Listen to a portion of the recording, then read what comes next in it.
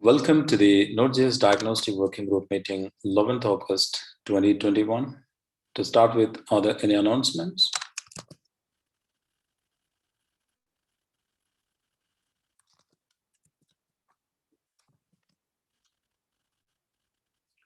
I take it as a no, and we will follow the regular agenda stated in issue number 491 in Diagnostic Repo. To start with 39283 async hooks multi-tenant promise hook API.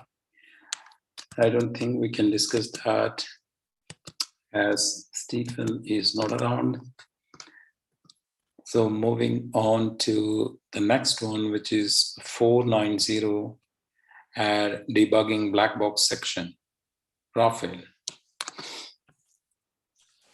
Yep, we have discussed it in the last working group meeting, and we have decided to document how to flip the configuration in GUI and CLI. However, I was creating the documentation when I checked the Google Chrome DevTools tutorial, and it is not up to date. And then I opened it, I issued there just to say that perhaps it is not so updated. And I also sent a message in the whip pull request that I made about shall we point to the UI in DevTools documentation or write it by ourselves, because the DevTools documentation for enable debugging or black box in DevTools is pretty clear, but currently it's not updated, so it's not up to date. I have opened a issue there, but I didn't receive any reply or any suggestion to make a PR. So I think that it could take some time, and perhaps better to write the UI documentation by ourselves. So I just want to know from you guys what is the best approach that we should follow. So just trying to understand a little, by black box feature, what we mean is the whole of the Node.js core APIs, core code will not be visible by default when we actually navigate through the source in the debug mode. Yeah, exactly. And there could be ways to break that, to change the default. But the current behavior is not according to that expectation. Is that the problem we are trying to address? No, it's different. It's a different problem. This this problem is about how to document, how to make a tutorial for end users to enable the black box. Because from the UI is pretty simple, but by CLI is not most of the user is not aware of how to enable it, passing some regex to ignore some files. The CLI documentation, the tutorial I created, but the UI I tried to point to DevTools documentation, but the DevTools documentation is not up to date, and perhaps it's better to us to write the tutorial from the UI as well.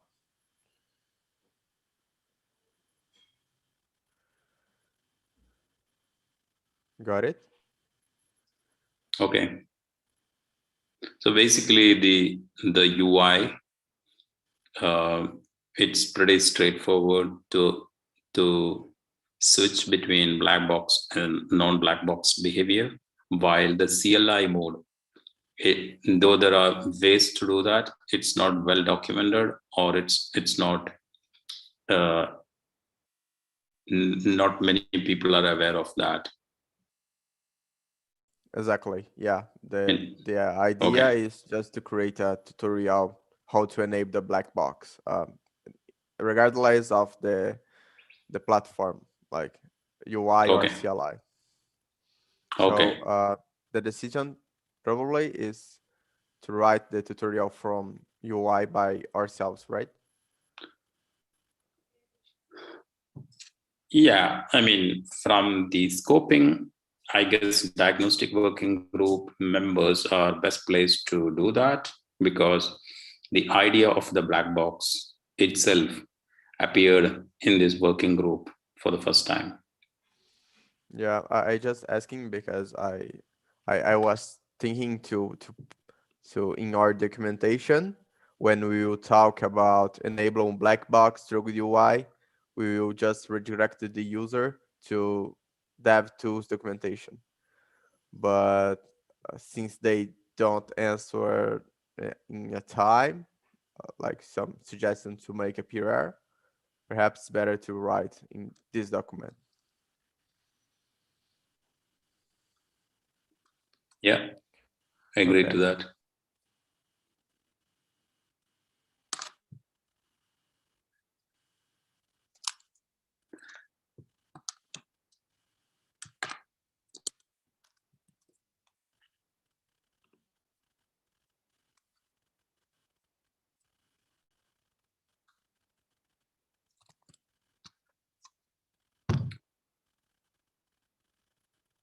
Anything else on this? No, that's it. Okay, then moving on to 486, which is inactive branches in the repo. We discussed in the last meeting, Raphael suggested for enabling a specific option called automatically delete head branches. Thank you for that. I have enabled that in the project settings. And for the existing stale branches, I alerted all the owners who have created the stale branches and kept a grace period for them to respond. I did not get any response, so I'm going to right away delete all the stale branches. Going forward, I guess this problem will not arise because of the setting that we enabled.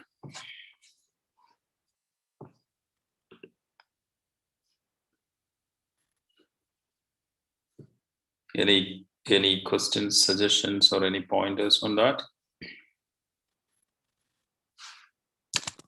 I think that it could be closed, right? You have pinged everyone who have opened branches, but I think mostly are okay to delete, no? Yeah, I plan to take an action today or tomorrow. I will not wait any longer.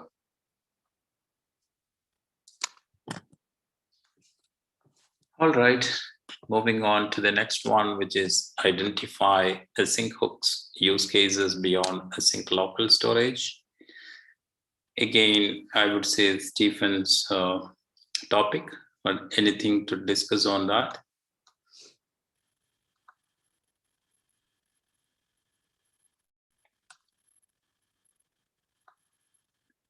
I take it as a no. So that's pretty much the list of tagged agenda items. As we were discussing yesterday, we would also want to spend some time discussing on the best practice documentation progress. So I'm just wondering, how do we take it? We open an issue, or we tag the existing issue as diagnostic agenda, so it appears in all the meetings.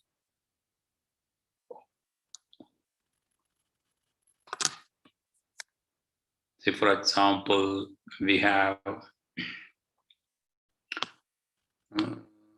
deep dive documents, issue number 439. We could tag this as diagnostic agenda so that it appears for discussion every time. I'm not expecting any discussion to happen today because we just discussed yesterday itself. So I don't think there is any status change since then. But just thinking about how do we keep track, or how do we make sure we bring that up? Okay, I think that we forget are tables and only, all. We can. yeah, I think that we are only missing the issue that about what we spoke yesterday. Okay. Yeah.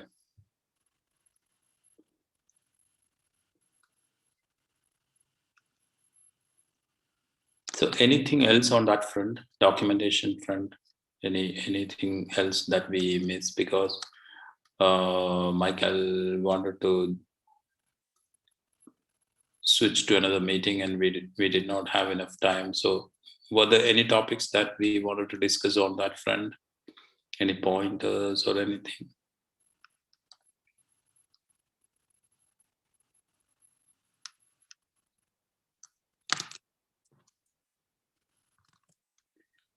If not, that should be pretty much the content for today.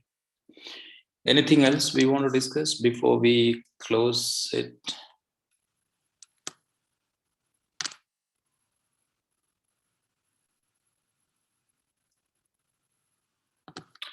Okay, I take it as a no. So if you can just add your names in the meeting minutes. Okay, I see that.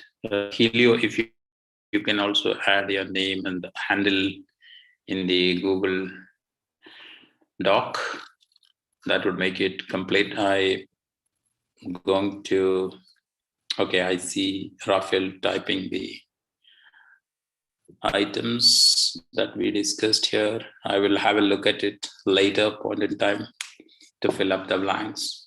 But otherwise, thanks for joining, and talk to you next time.